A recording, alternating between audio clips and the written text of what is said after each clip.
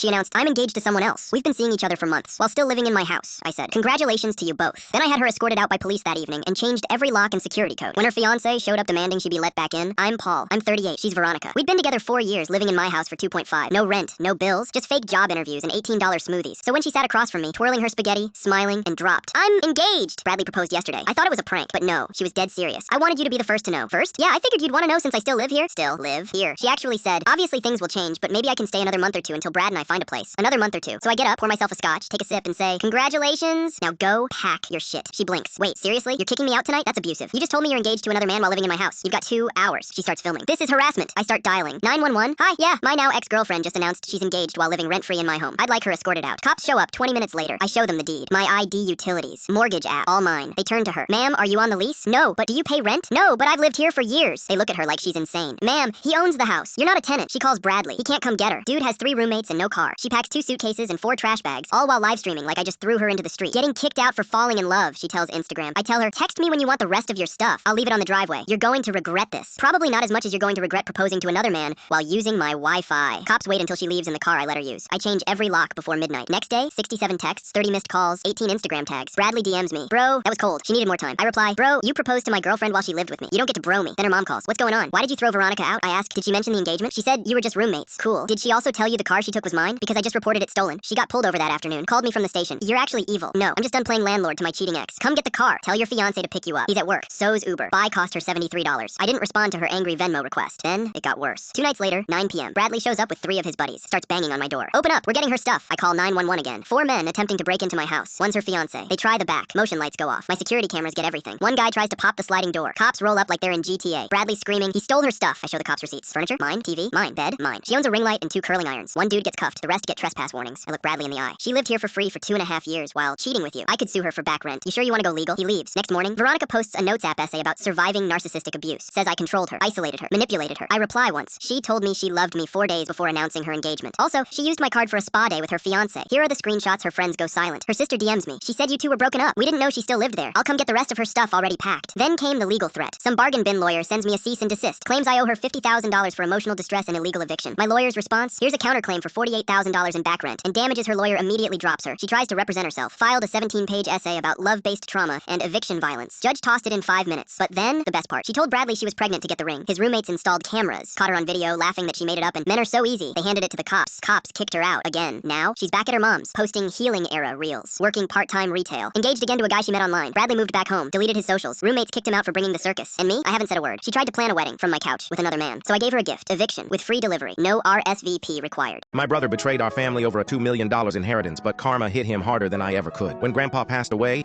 he left his fortune to me and my brother to split equally. The catch? We had to use part of it to care for our disabled mom, who'd been battling MS for 15 years. My brother agreed, saying he'd handle the paperwork since he was a lawyer at a fancy firm. I trusted him completely. That was my first mistake. 6 months later, Mom called me crying. Her caregiver quit because they hadn't been paid in weeks. When I checked the account, it was empty. Every penny gone. Mom couldn't afford her medications or care anymore. Turns out, my brother had transferred everything to his accounts and bought a huge house in another state. He changed his phone number and blocked us everywhere. The worst part? He sent Mom a text saying she should have saved better for retirement. But here's where karma stepped in. He didn't know that Grandpa had a second will, one that would only activate if either of us tried to steal from the other. The backup will gave everything to Mom's care facility. My brother lost it all, and his new house got seized. Now he's in a tiny apartment, and his law license is under review. The firm fired him the day they found out. Mom, she's doing great. The care facility owns her a lifetime of free care, and I visit her every weekend. My brother tried reaching out last month, but Mom told him the same thing Grandpa always said. Trust is earned, not given. My boss thought I was faking being sick until he visited me in the hospital. I was only 3 months into my dream job when weird things started happening. First, my hands would shake so bad I couldn't type. Then I started getting dizzy spells at my desk. I tried to push through it, but one day I completely blacked out in the middle of a meeting. My coworkers had to catch me before I hit the floor. I woke up to everyone staring at me with worried faces. My boss wasn't happy. He kept hinting that maybe the job was too stressful for me and I should consider something else. The way he looked at me during meetings made my stomach turn. That weekend, I ended up in the ER. The doctors were baffled. My organs were starting to fail, but they couldn't figure out why. The monitors kept beeping with warning signals. Monday morning, my boss called. My mom answered since I could barely speak. Instead of making excuses, she simply invited him to visit me in the ICU. He showed up that afternoon. The moment he saw me, hooked up to machines, 30 pounds lighter, barely conscious, his face went white. He stammered an apology that brought tears to my eyes. The next day, HR called. They'd approved unlimited sick leave and would hold my position. My boss even organized a meal train for my family. My coworkers brought homemade soup every week. Turns out I had a rare autoimmune disease. It took 3 months to recover, but my job was waiting. My boss never questioned a sick day again. Sometimes people need to see to believe, but once they do, it changes everything. What's the worst thing a boss has ever asked you to do for your job? My boss handed me an empty jug and a list of 24 competitor businesses. Collect water from each of these. Their success will transfer to us when I pour it. here, she explained, dead serious. I had to physically ask at each reception desk, no exceptions. These places were scattered hours apart across Southern California. At the first company, I told security exactly why I needed their water. He stared, then laughed in my face. Get out before I call the police. Second place thought I was filming a prank. Third accused me of corporate espionage. By the fourth company, I changed tactics. Water quality testing for Orange County. That worked. 1 down, 23 to go. My boss clapped with joy when I reported my first success. Then at company number 5, security stopped me. You're the water collection guy, right? My boss had called their CEO about her spiritual water plan. They were expecting me. For 2 days, I drove around collecting samples. Each interaction more awkward than the last. Some openly mocked me. One CEO wanted to trade spiritual business practices. By the final evening, my jug was only half full with 12 companies left. I returned to my apartment, completely defeated. That's when I saw the maintenance guy adding chemicals to our pool. What's that blue stuff? I asked. Just clarifier. Makes the water look nicer. I watched the swirling blue liquid, the same corporate blue as most company logos. When he left, I filled the rest of my jug with pool water. Next morning, I delivered the competitor water. 2 weeks later, we landed our biggest client ever. The ritual worked, my boss said triumphantly. I just smiled. Have you ever hated your own child? I never thought I would, until I discovered what my son was doing to pay for his little sister's cancer treatment. Emma was only 6 when she was diagnosed with acute lymphoblastic leukemia. The bills were crushing us, $15,000 a month, even with insurance. I worked 3 jobs, warehouse, gas station, weekend construction. My wife cleaned offices after her grocery store shift. We were drowning. My 16-year-old son, Jake, had always been responsible. Honor roll, varsity baseball, never any trouble. But after Emma's diagnosis, he started acting strange. He came home with expensive gifts for Emma, American Girl dolls, Nintendo games, bags of her favorite organic gummy bears. When I asked where he got the money, he mumbled something about odd jobs for neighbors, mowing lawns, walking dogs. I wanted to believe him. We needed any help we could get. The gifts kept coming. A $200 tablet so Emma could watch movies during chemo. Designer pajamas to replace the gowns she hated. A stuffed elephant that cost more than groceries. I got suspicious, but Emma's smile when she got those gifts, that was her only light. Then her treatment got worse. Standard chemo wasn't working. Her doctor recommended an experimental drug. $50,000 up front. Insurance wouldn't cover it. I spent 3 days calling every charity, foundation, begging for help. Nothing. At 2 a.m., I sat at the kitchen table, calculator in hand, figuring out if we could get a second mortgage, when Jake walked in. His eyes were red. He handed me a manila envelope. For Emma's treatment. I opened it. Stacks of cash. All of it. $50,000. Where the hell did you get this? I demanded. He wouldn't meet my eyes. Does it matter? Emma needs it. It matters to me. Jake, where did this money come from? He stood there, tears falling. I can't tell you. The next day, I followed him, called in sick, watched as he walked past the buses and student lot. A black Mercedes pulled up. The driver looked 40, in a tailored suit. Jake got in. I froze. 3 hours later, the same car dropped him at a downtown coffee shop. Jake walked out looking destroyed, stuffing something into his backpack. Cash. That night, I confronted him. He broke down, sobbing like a 6-year-old. They pay me $2,000 to hang out, he whispered. Go to dinner, talk about school, pretend I'm their nephew or something.